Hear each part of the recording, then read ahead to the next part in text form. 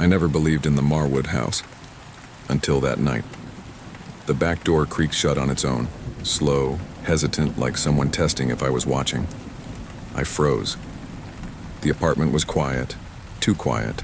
The hum of my refrigerator suddenly loud in my ears, the faint smell of cold coffee lingering from hours ago. A shadow flickered across the hallway. Too fast to be real, or maybe I didn't want it to be. I whispered an hello? Anyone there? No answer, only the wind, or so I told myself. Then came the thump. Low. Heavy. From the direction of the Marwood property. My heart jumped. Could it have been a branch? The old boards shifting. Something else. Something watching. Every creak, every sigh of the floor, every whisper of air felt alive. I knew I wasn't alone, but I didn't know how close it was. I tried to convince myself it was nothing. I even went back to my book, pretending the world outside my apartment was safe and ordinary. But then came the knocks, soft, deliberate, and always from just outside my window. Not loud enough to be heard clearly, just enough to make me jump each time. At first, I thought it was the neighbors, maybe a kid playing a prank. But no footsteps followed. No one ever appeared when I looked. Sometimes I could swear I saw a dark shape moving across the corner of my room, gone the moment I turned my head. I mentioned it to my friend Emma over the phone. You're imagining it, she said, trying to sound confident. But I could hear the hesitation in her voice. Even she wasn't entirely sure. The noises became more precise. The gentle drag of something across the floor in the hallway. A whisper that wasn't quite words. Just a breath of sound that sent shivers up my spine. I started to doubt myself, questioning whether I was losing touch with reality. Every creak, every sigh of the old building seemed to mock me, and yet the feeling persisted, the sense that I wasn't alone, that someone or something was observing me from the shadows, waiting for me to slip. I would wake at night, heart pounding, listening to the silence only to hear it again. The soft thump from Marwood, steady, deliberate, closer than before. I can't explain why I went outside that night, drawn to the Marwood house like some invisible force pulling me forward. The street was empty, the wind whispering through the skeletal trees, carrying a cold that seeped into my bones. The boards on the windows rattled softly, almost in greeting or warning. I stepped onto the porch. The floor creaked under my weight, louder than expected, and then I saw it. Not a person, not anything I could name, but a shadow. Stretching, shifting, impossible, watching. I froze, my breath caught in my throat. My own heartbeat seemed deafening in the quiet. The only sound I could hear aside from a faint, low thump from somewhere inside the house. I wanted to run, but my legs didn't obey. The air around me felt thick, almost alive, pressing against my skin. I called out, my voice shaking. Who's there? No answer. Only the dragging, whispering, almost deliberate. Then I realized I wasn't outside the house. I was inside. Somehow. The boards that had blocked the windows were gone, replaced by darkness that moved. I saw the shape again, closer, its form just beyond comprehension, a presence I could feel but never name.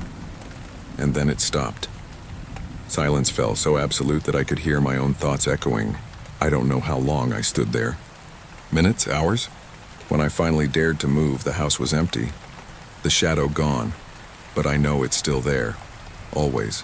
Waiting. Watching. And sometimes, when the night is quiet and the wind carries a familiar whisper through Elm Street, I wonder, was it ever even human at all? After that night, I couldn't sleep. Every creak in my apartment felt magnified. Every shadow seemed to stretch longer than it should. I kept the lights on, though they did little to chase away the feeling of being watched. I started hearing it everywhere. Not just outside, not just near the Marwood house, but inside my own home. The faintest thump, a whisper that dissolved as soon as I tried to focus. My phone buzzed once with no message, and I thought I saw movement in the reflection of my TV screen, a shadow crossing behind me. But when I turned, nothing was there. Even Emma noticed. "You're on edge," she said over the phone. But I heard something else in her voice, a hint of doubt, like maybe she sensed something too. I stopped answering the knocks. I stopped opening the curtains, and yet I could feel them. Watching. Waiting. One night, the silence was broken by a sound that made my blood run cold. a slow, deliberate scratching at my front door, like claws on wood. I pressed myself against the wall trying to rationalize it. Someone playing a prank? An animal? But the scratches continued, moving with purpose, deliberate, almost intelligent. I couldn't tell where the noises were coming from anymore. Sometimes it felt like the walls themselves were breathing, exhaling a slow, deliberate rhythm that matched my racing heartbeat. Every shadow seemed to twitch just beyond my vision. I would catch glimpses of movement, always at the edge of perception, and convince myself I was imagining it. Until the objects began to move. A chair would be slightly out of place when I returned from the bathroom. My keys left on the counter would vanish only to reappear in another room. I told myself it was forgetfulness, stress, the mind playing tricks after nights of poor sleep. But the scratches at the door never stopped, growing louder, more insistent, almost demanding something from me. Even the air began to feel wrong.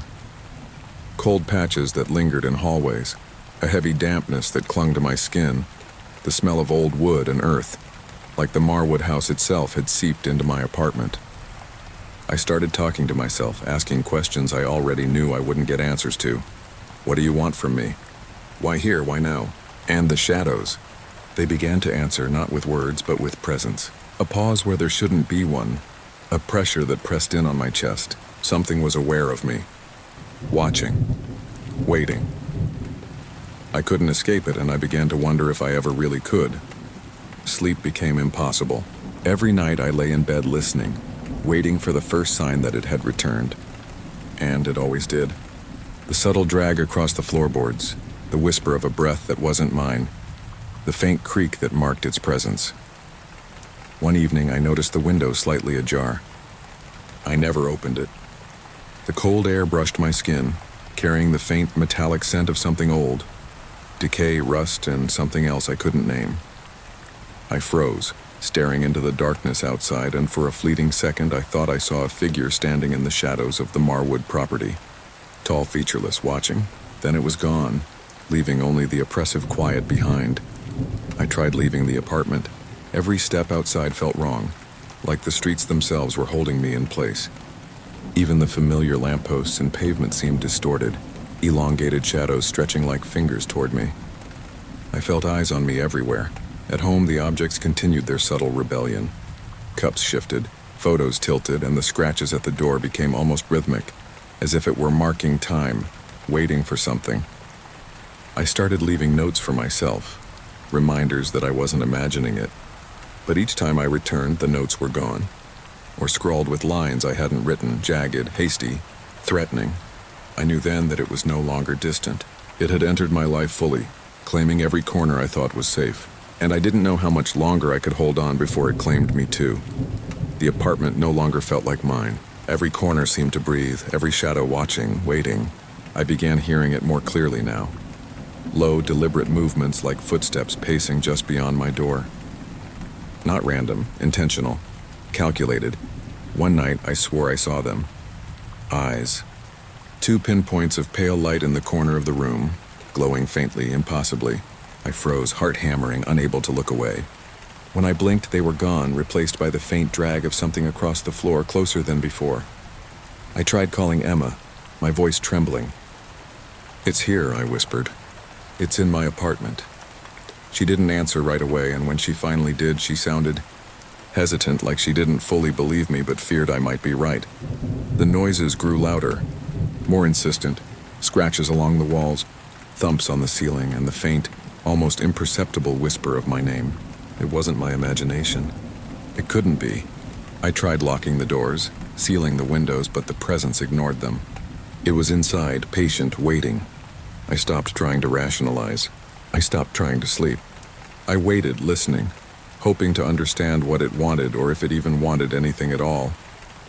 And then the silence came. A thick, suffocating pause where every breath, every heartbeat was deafening. And in that silence, I realized something terrifying. I wasn't just being watched. I was being studied. I couldn't take it anymore. The apartment had become a cage, the walls pressing in, the shadows stretching like living things.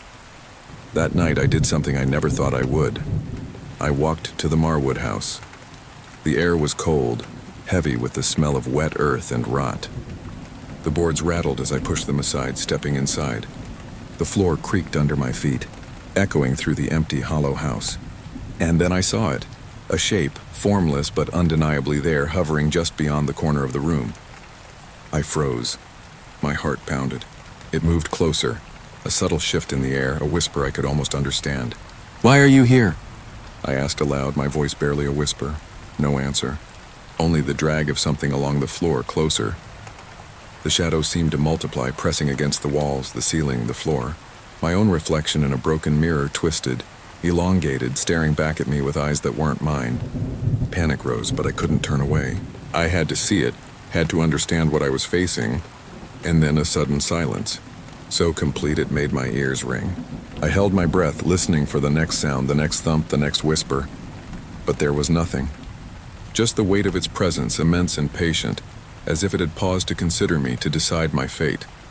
I realized then, in that paralyzing moment, that whatever this was, it wasn't just a house. It wasn't just a shadow. It was something older, patient, and it had been waiting for me all along. I couldn't move. My legs refused to obey, rooted to the floor as the presence drew closer.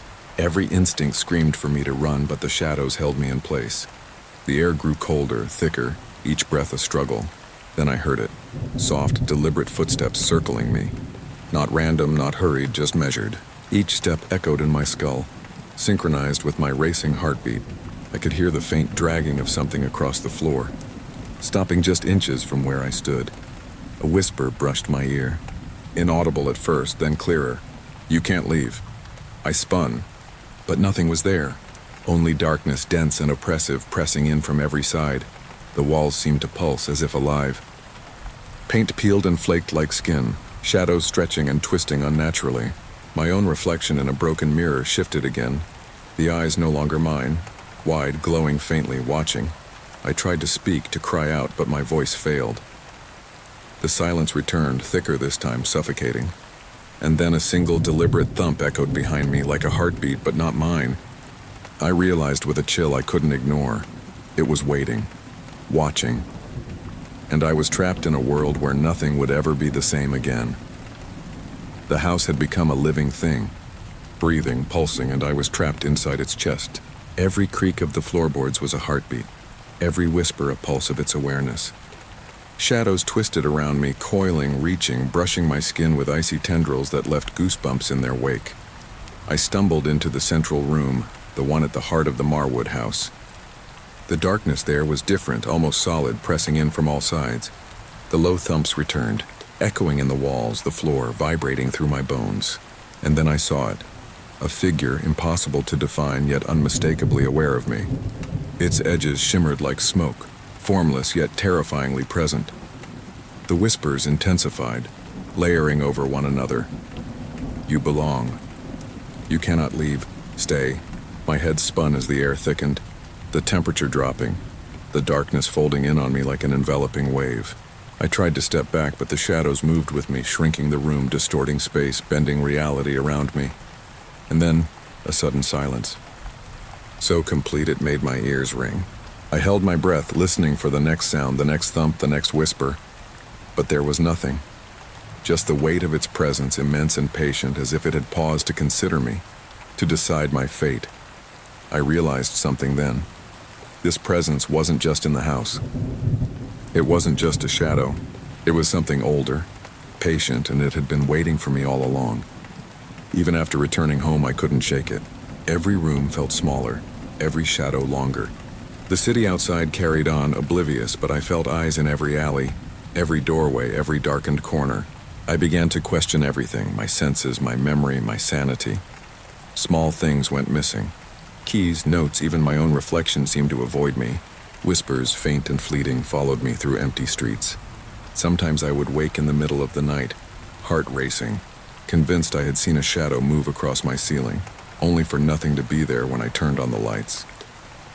Friends began to distance themselves, unable to understand my obsession, my fear. Emma tried to call me one night, her voice trembling. Maybe you're letting it control you," she said. But I knew it was already in control. Not of me entirely, but of how I saw the world. And then came the small, almost imperceptible thumps. the ones that haunted me the most. They didn't belong to the house anymore. They followed me, marking me, reminding me that whatever I had encountered at Marwood had not stayed behind. It had reached me, seeped into my life, and I couldn't escape it. I sometimes wonder if it's still patient, waiting for me to falter completely, or if it's already won, leaving me to live in this thin, tense line between reality and something far darker. I try to tell myself it's gone, that the shadows, the whispers, the dragging footsteps are all in my head, but I know better.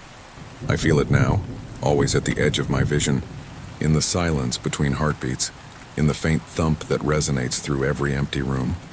Last night, I woke to the sound of scratching on my door, slow, deliberate, patient. I didn't move. I couldn't, and then a whisper softer than ever reached my ear. "We're still here." I didn't look.